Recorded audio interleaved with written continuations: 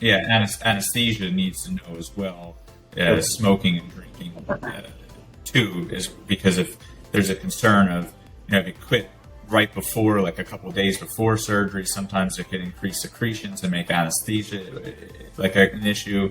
And so it's always important when you have your pre-op evaluation, what they may call pre-admission testing or PATs, that you disclose smoking, how much, and then not to really change any of your habits without consulting with both the anesthesiologist in the pre-admission testing and the nurses, as well as the surgeon going into it.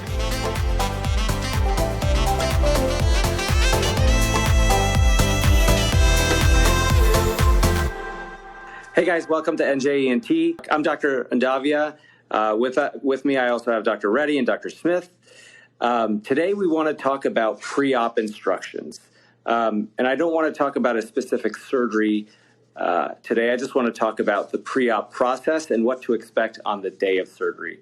So once you make the decision with your surgeon to have surgery, there's a whole series of things that happens.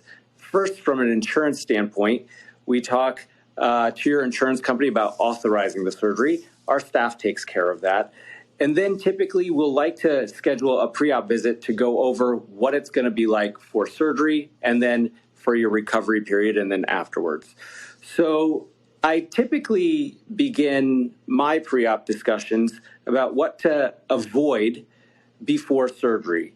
And then we'll talk a little bit about what you'd want to tell your surgeon. So I was just going to ask Dr. Reddy if he has general or specific things that he wants to know from his patients about what to avoid. Sure. So the big thing is trying to figure out what medications you're on. A lot of medications can potentially interact with the surgery and sometimes even anesthesia. And so ideally, the big one we focus on is blood thinners. And there's a lot of different blood thinners out there. Usually they're used for patients with cardiac problems. So we'd like to generally have some type of a safe way of stopping blood thinners prior to the surgery to decrease the likelihood of intraoperative as well as postoperative bleeding. Some blood thinner examples include aspirin and Plavix, and even over-the-counter pain medications such as ibuprofen or Advil or Aleve can also thin your blood.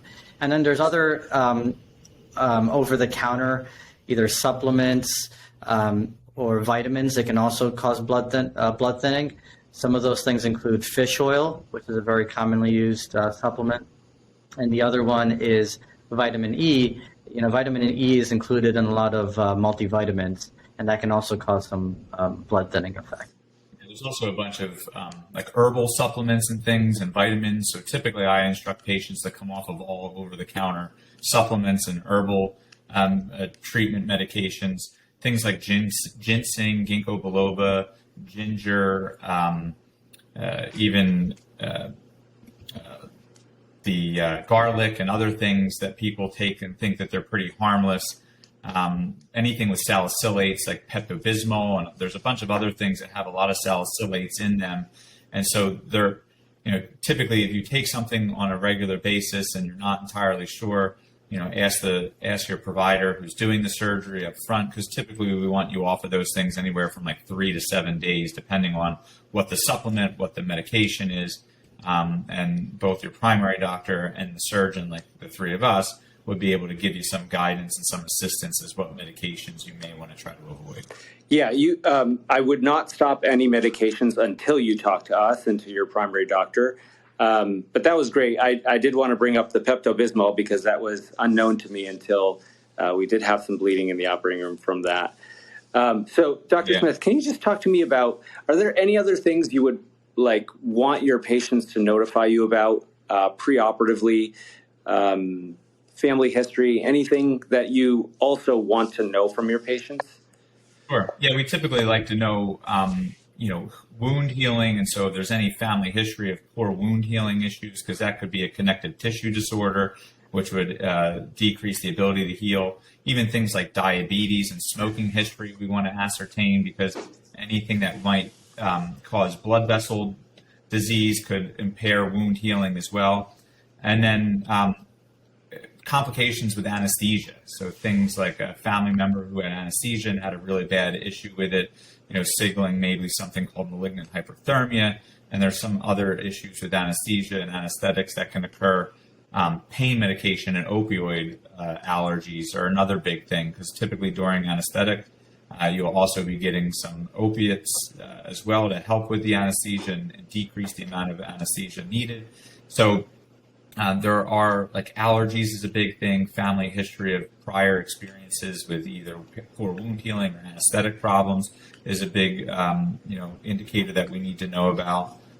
And typically cardiac history is something as well that's a big thing. Like if someone has a major heart defect or something, we need to know about those things going into it. Yeah, especially for cardiac history, I think if you're on blood thinners or if you have a pacemaker, those things really do alter how we perform surgery. Additionally, if you've had hardware like hip replacements, knee replacements, those things can affect where we put some of our instrumentation when we do surgery as well. No, this was great. This was great. So last thing I wanted to talk about before I tell you what happens during the day of surgery is what Dr. Reddy, what do you have for recommendations for smoking and drinking? Yeah, so smoking, like Dr. Smith was saying, can potentially affect wound healing and how quickly you recover from surgery. And so what we try to, in an ideal world, if you could stop smoking completely for at least a week prior to the surgery and a week afterwards, that will help you with the healing process. But, that's easier said than done, and we can understand that smoking and quitting smoking is a very difficult thing to do. So even just cutting back on smoking, though, can improve things significantly. But disclosing the fact that you're smoking and how much you're smoking is important, because it can potentially tailor the type of surgery that you're getting in terms of, where the incision is made and things like that, to reduce the likelihood of a complication or a wound problem. Yeah, anesthesia needs to know as well as smoking and drinking too, is because if there's a concern of, if you quit right before, like a couple of days before surgery, sometimes it can increase secretions and make anesthesia like an issue. And so it's always important when you have your pre-op evaluation, what they may call pre-admission testing or PATs, that you disclose smoking, how much, and then not to really change any of your habits without consulting with both the anesthesiologist in the pre-admission testing and the nurses, as well as the surgeon going into it. And drinking is another big thing. There may be some things that we do where you may be drinking a lot of alcohol on a daily basis, and then if you have anesthesia and then stop drinking after surgery because of either discomfort or pain or whatever other issues, that could significantly impact withdrawal symptoms and may make recovery significantly more risky. I think the two other things that fall into the similar categories are vaping and marijuana and any other recreational drugs. We definitely want to know about those things. So I wanted to just spend a little time going over what to expect on the day of surgery. So the first thing that happens is that you get a phone call. During these times, you get two phone calls from the operating room. One is to schedule a COVID test, and two is to tell you what time to show up. And during that discussion about what time to show up, you're going to be asked a few questions. What's your surgeon doing? What medications do you take? Do you have any allergies? And have you had any surgeries before? That's a recurring theme. You're going to be asked that several times. Now, when you get to this facility to have your surgery, most often you're going to not want to eat or drink anything. Now, we talk to you beforehand about what to take with regards to your medications. Sometimes you'll need to take a few medications with a tiny sip of water, and that's it. Sometimes we'll have you hold your medications. That will go over together on your pre-op day. When you get to the surgery center, you're going to get an IV. Sometimes you get an IV antibiotic. You're going to meet a bunch of people. It's a little bit overwhelming and chaotic, but it really is controlled. You'll meet the anesthesiologist, possibly a nurse anesthetist, the OR nursing staff, the holding room nursing staff, and us, your surgeons.